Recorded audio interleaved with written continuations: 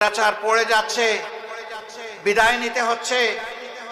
বেহুশ হয়ে জামাতের ইসলামের উপর সবচেয়ে বড় জুলুম করলো।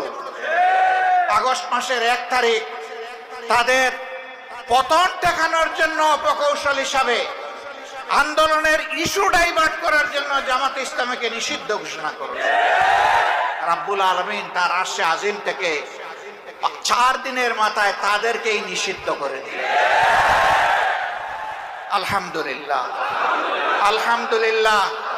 আমাদের কোনো কৃতিত্ব নয়, আমাদের মওলার কৃতিত্ব। সেদিন আবেগে উচ্ছ্বাসে আমাদের ভাইয়েরা রাস্তায় নামতে চেয়েছিলেন। আমরা বলছি নামতে পারবেন সেজদা দেওয়ার জন্য, মিছিলের জন্য নয়, জনসভার জন্য নয়, উচ্ছ্বাস প্রকাশ করার জন্য নয়।